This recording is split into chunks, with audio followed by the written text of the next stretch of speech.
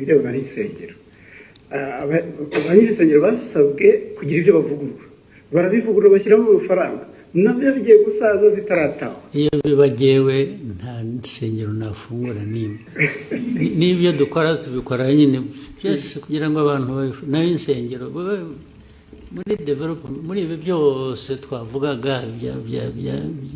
intambara ziri ku isi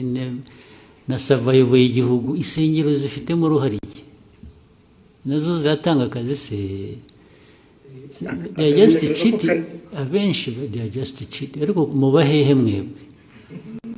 ngewe ibyo mbona ko ari abantu huzuyemo ububande gusa kurwana n'ababande bari mu churches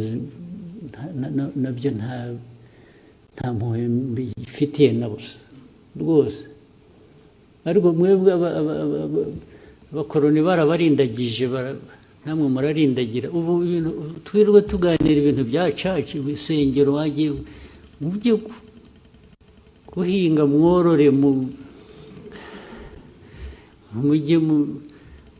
gusenga nushaka usengere kuri telefone ibyo churches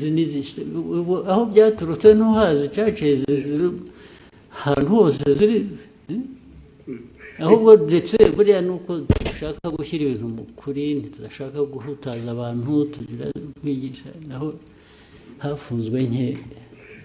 ikibazo kiri mu nteko perezida wa repubulika kubera hari uturere tumwe zifunguye abaturage baturuka mu turere ho zifunze bajya gutera umubyigano